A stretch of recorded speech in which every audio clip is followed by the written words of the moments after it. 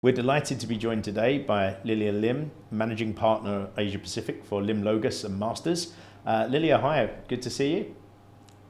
Good to see you, Richard. Thank you for having me. It's a pleasure to be part of this entire conversation with AmCham Thailand.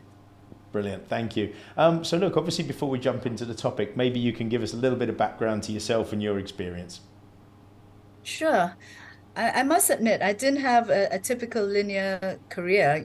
I graduated as a lawyer, but instead of legal practice, I ended up joining British Petroleum as a trainee and then focusing in their commercial functions. And this led on to joining another natural resources Asian company.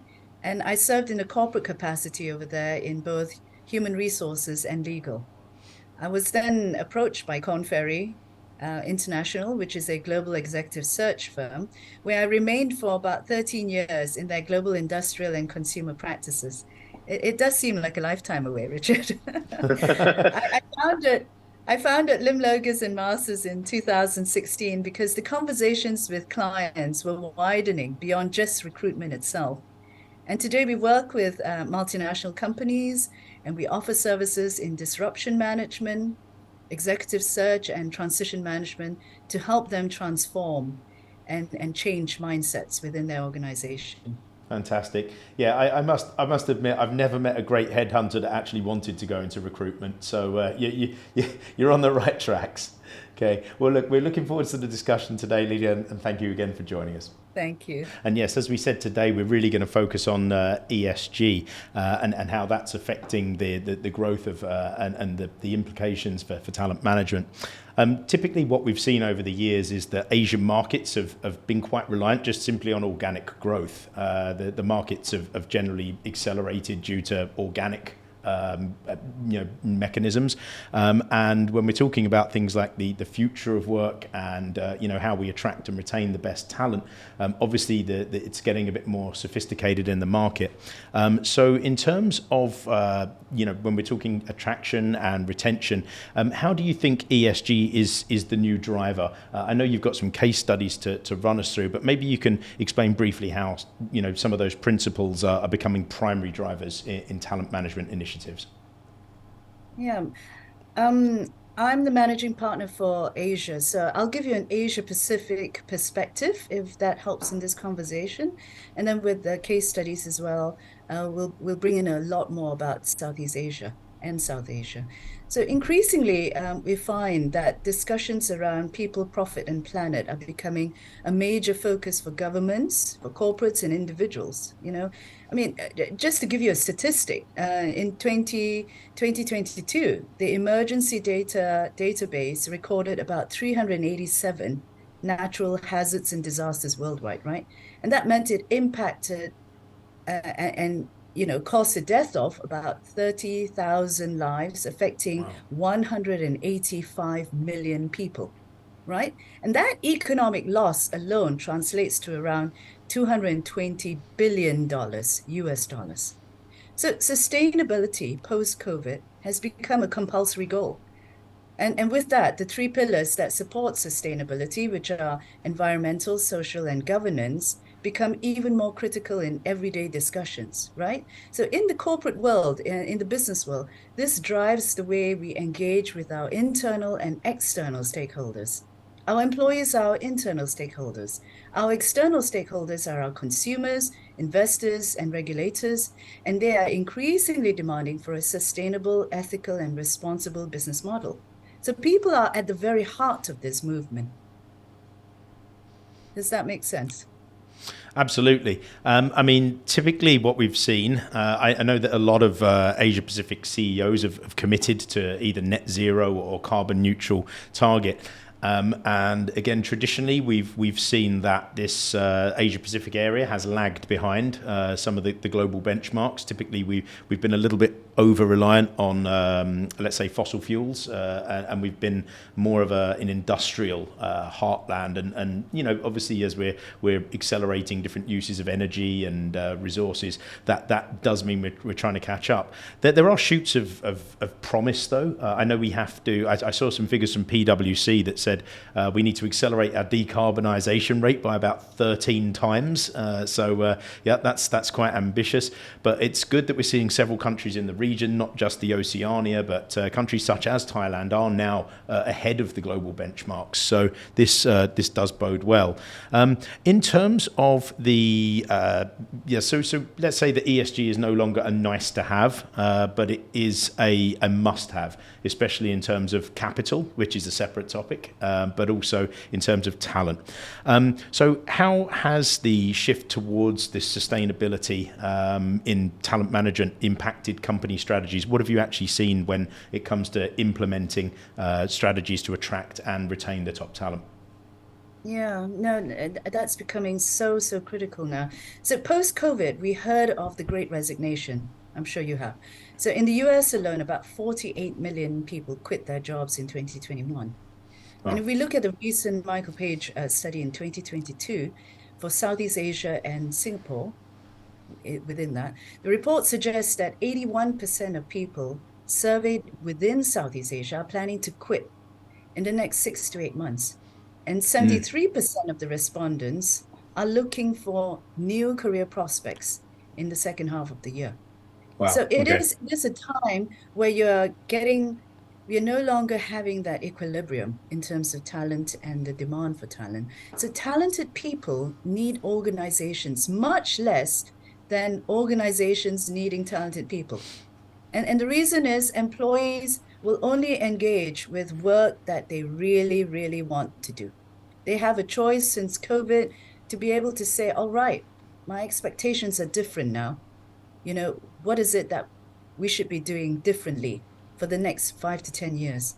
So as planet and profit pressures, and you talked a lot about that, our people must evolve with it, right? Typically, your labor costs make up almost 50 to 60% of any company's cost structure.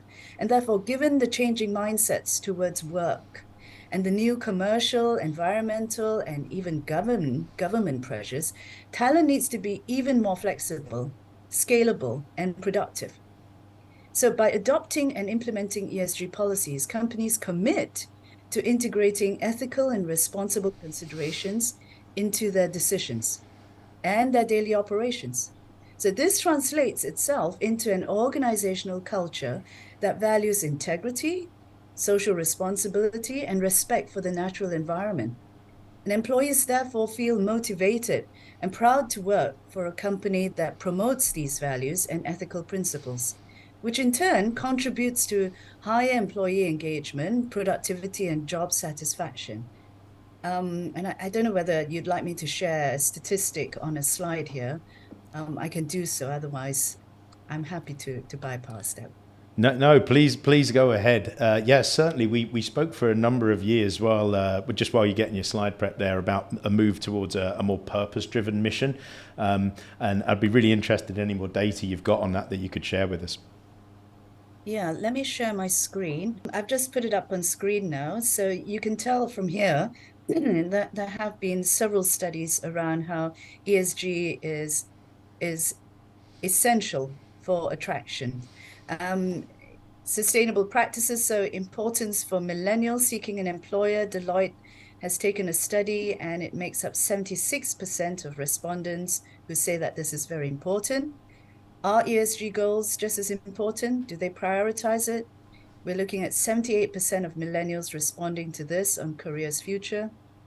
ESG practices, who are the ones who are attracted to these components, ESG components, when they apply for a job? The Gen Z, who are now assessing commitment to ESG before accepting a job.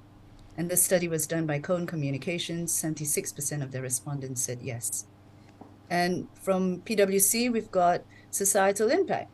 Are millennials interested in this commitment by employers to societal impact? And 79% of the respondents have said yes to this. So we continue, being more and more encouraged that the next pipeline of talent and the leaders today are going to be increasingly looking at ESG as that main driver to attract. Does it also mean it's important for them to retain? Yes. And so I can talk through some of the case studies that we have, and I'll stop sharing at this point in time, that we have that could, that could endear to your listeners. Would that be fine with you? Yeah, that would be great. I mean, we see a lot of these reports, whether it's Deloitte, PwC, they're talking to global leaders, and of course, sitting in the boardroom, it's all well and good having a strategy. What we're really interested in is how these strategies are being implemented and actioned, because when our audience members are, I'm sure, are looking for the tangibles, and obviously policies that were created halfway around the world. What do they look like on the ground in Asia Pacific and specifically in Southeast Asia? So yeah, any examples that you've got that you could share would be fantastic, Lelia. Yeah. Well, with a lot of companies today, everyone's in a state of evolution and transitioning their policies and procedures. We've had some great wins already, baby steps, and large an organization that they are. I must admit, those in services tend to have moved a little bit faster than those with a huge manufacturing component. And that's because, the assets are a little bit more wieldy to manage.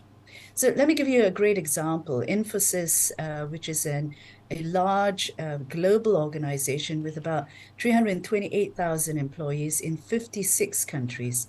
Their revenues alone worldwide is about US $18 billion in 2022. And they are a leader in digital services and consulting, if you've not heard of them. In the last 3 years, interestingly enough, they've been certified as a global top employer. So Infosys has been recognized for its innovative talent management strategies. It has an extensive training and development program called the Global Education Center, and this provides ongoing learning opportunities for the employees. So on the sustainability front as well, Infosys has achieved carbon neutrality and is working towards achieving 100% renewable energy use.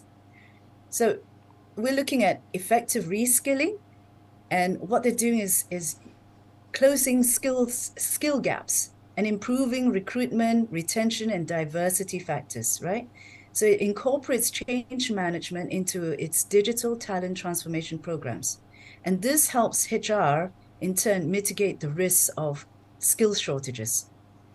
And then they're looking at talent diversity. So it's deeply committed to being a well-governed and environmentally sustainable organization. That diverse talent of an inclusive employees with superior domain, technology, and product development skills, and they in turn deliver tangible business value, right? Then they also create what we call a digital talent pipeline. As you know, digitalization is here to stay, and we've got AI, hovering around us, and it's going to be much bigger, especially to the Gen Zs and to the new millennial leaders out there. So building a digital talent pipeline to respond to an increasing demand has also helped fill the skills gap. And this enhances the recruitment, i.e. attraction and retention efforts. They look at employee value propositions very, very critically. So talent transformation, being able to sense employee needs and respond to those employee value proposition that delivers is critical in the way they design their benefits, the way they design their. I was going to ask. Oh, sorry, Lelia. That's a point I really want to jump in on because it's a practicality. We talk about creating inclusive business models, and increasingly talent is choosing employers that align with their values, their ethics. But again, compensation is always going to be a human factor. Do you see that it's gone past the tipping point where people will choose values over compensation? And if we're not there yet, do you think there's going to be a point that we get there? Because we talk about a dual bottom line for a lot of businesses, but I generally don't see many companies actively pursuing, let's say, the sustainability at the cost of profit if they get the choice. So, in terms of from the talent perspective, where do you think we're at in terms of that tipping point, maybe, and how are we going to get there? Yeah, so you talked a little bit about talent, and you talked a little bit about compensation. So in a lot of ways, when we bring in sustainability practices, compensation is critical in ensuring that there's diversity, there's equity, and there's inclusion. So, there are markers today on whether your gender pay gaps are too large.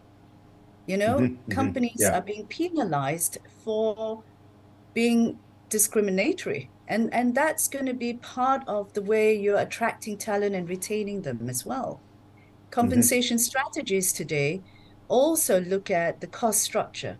And the cost structure depends very much on the type of revenues that you're going to be generating. And if the revenues that you're generating are going to be heavily impacted by the way ESG has come into your business strategies, then you need to start thinking about how you're going to be measuring performance. And that performance in turn gets tied to your compensation. So, for example, very, very simple one, Yeah. carbon neutrality,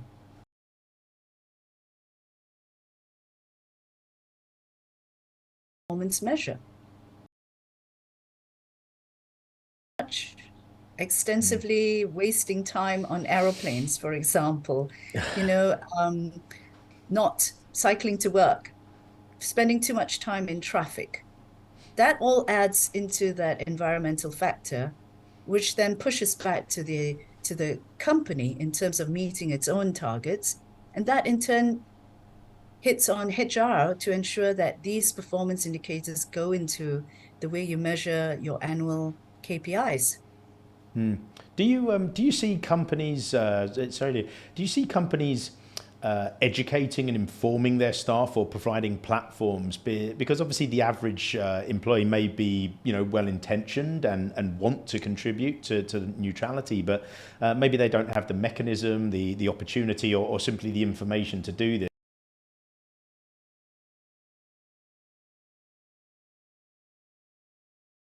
What does that look like?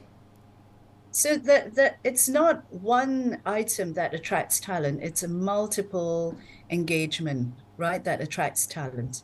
So I must admit, and it's the larger multinational companies that have the bandwidth to start introducing these ideas into their platforms.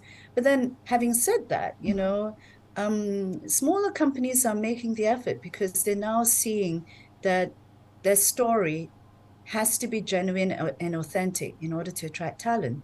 So Thai Union, for example, great company. Yeah. 100% of the vessels and farms that they source from are considered safe and decent workplaces. And they want to make sure that this target is fully met as they expand their business by 2030. Okay. 50% of the management positions are held by women. And they want to increase that by 2030. They want to work Okay. towards a diverse and inclusive workplace. They want to reduce lost time injury frequency and want to move towards zero accidents. So all that comes back into a platform which can be a very attractive story when you're talking to candidates interested in companies that have value and purpose. Okay. Fantastic. In terms of the challenges that you see, what have you seen that they think is stopping companies doing this? Something that you can touch upon for smaller businesses in terms of what they can do outside of the very basics if they want to go to that next step. Yeah, I think some of the challenges that we're still finding, and that's because we're still in a state of evolution here, is finding internal candidates, right? Matching, what is critical from the business perspective to finding the employees internally to helping those employees plan their careers within that organization and identifying high potential in an ever-changing environment. So can you imagine you would be looking at how to meet consumer demands or your client demands all the time. Not only are we faced with man-made wars currently, battles that impact, say, our supply chain and our cost structure, that also impacts the way we are reskilling, we are preparing for new resources and pipelining our talent. Okay. Measuring productivity is still a challenge, and boosting performance is still too retrospective, right? We're looking at things 1 year past before we start talking to employees about their KPIs. We should be doing this far more regularly. And that in turn then gets funneled into matching training needs. Understand. Data analytics is not just going to be for the consumer. Data analytics will also start applying to internal stakeholders, our employees themselves. So we get to start refining the way those employees need further training, further reskilling, further exposure, further experience, and that only comes if we understand our employees better. Understand. You mentioned obviously the Thai union previously, and I agree. A lot of companies are out there making efforts. A lot of management attraction are directed at white collar and attracting that sort of talent. But obviously, in the industrial sectors, 85% plus of the populations are blue collar, and they can be maybe fairly transactional populations. They can be a little bit more transient as well. Have you seen any particular strategies or initiatives, particularly in the ESG side of things, that are particularly applicable to the blue collar sector, especially between attracting them in sense of purpose, in sense of mission, because again, at that level of the organisation, they do often get accused of following the compensation over any of the others. So really, what are you seeing the best companies out there doing to really try and get through that level? Yeah. No, I do believe blue-collar workers are no different from the way white-collar workers are thinking. It'd be very different in a factory environment, unless there's a lot of push from the consumer and the client in insisting on factory standards that are ESG compliant. I must admit, blue-collar workers do get left behind a little bit more. But things are changing. So, for example, jeans companies are now looking at the way they're sourcing their cotton products. And that in turn goes back into how they're processing those cotton products. Okay. And that impacts the amount of chemicals they're putting into the way they're treating that pair of jeans that you see manufactured at the end of the day. So Understood. employees are being part of that cycle, that circular economy that's coming to pass. How do we reduce wastage? How do we use less of our natural resources? How do we become part of that conversation? And so I don't think blue-collar workers are going to be that remote anymore in terms of how ESG practices are coming into play.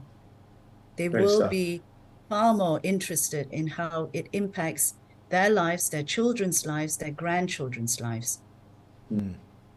I guess ultimately as well, companies, as you said, this is beyond a nice idea now. Companies are going to need this to have the capital.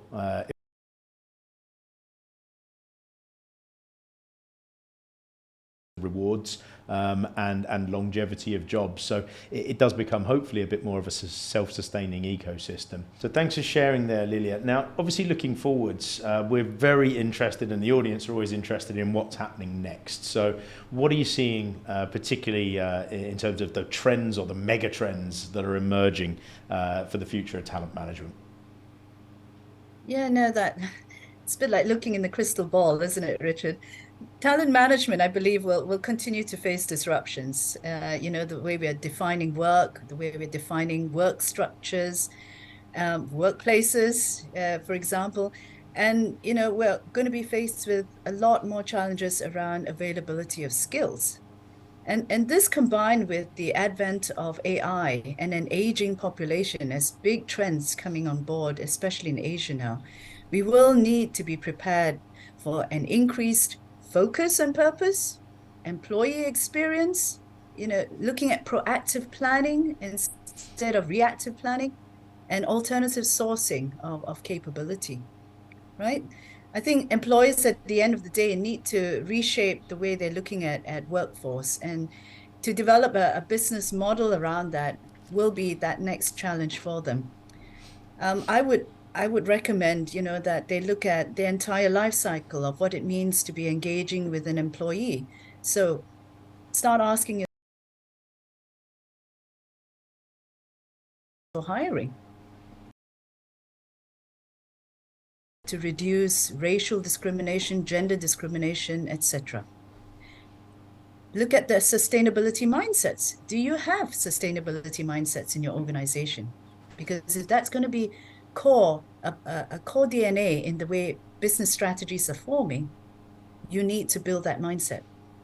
And reviewing your employment contracts. When you attract a new employee, what sort of contracts are you drawing up around these factors that you see in sustainability?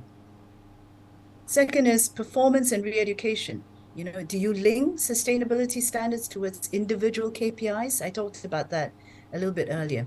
So you put, for example, do you put in reducing carbon footprint? Do you have more digitalization availability as tools for your employees? And do you have processes that use less energy in your office space, in the workspace that they're in? Welfare and benefits.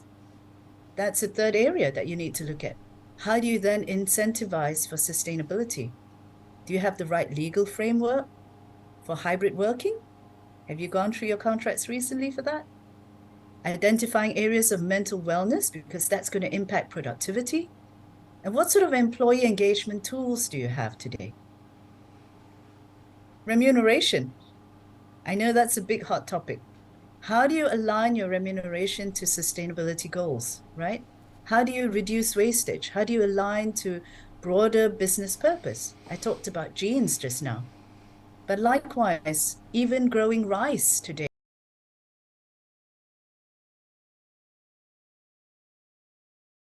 because rice itself and the process of growing rice produces a lot of methane into the environment.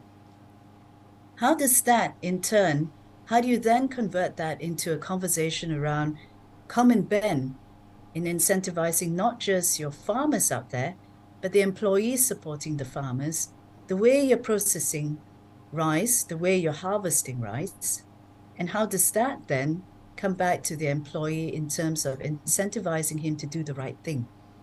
So realigning and making sure that you're reviewing your remuneration and aligning that with mission, vision, and values will be very, very important. And then, of course, we've got exit management, the entire life cycle of an employee. Exit management is just as critical.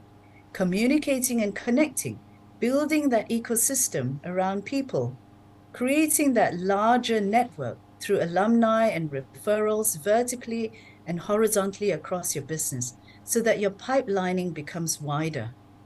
And the flexibility in accessing diversity through that new pipelining will become richer. So exit management is just as critical. Okay, fantastic. Well, look, we've covered a lot of ground there, and these are obviously topics that we could go on for days, weeks, years, and months to come. So, thank you for covering that with us today, Lelia. Is there any closing words at all that you'd like to have on this topic? At the end of the day, just be aware. Look at your purpose again. Look at digitalization as critical skills to have, and look at the way that you are aligning your people with your mission. Okay, fantastic. Basically, the party words on this. Yeah, it's very clear that we've moved from an understanding and a theorizing to an action implementation phase now, and the companies that are not putting ESG right at the front of their business strategy and activity are going to be dropping behind in terms of their employee value proposition. This is not just about capital raising, it is about the hiring and attracting and retaining the next generation of best talent.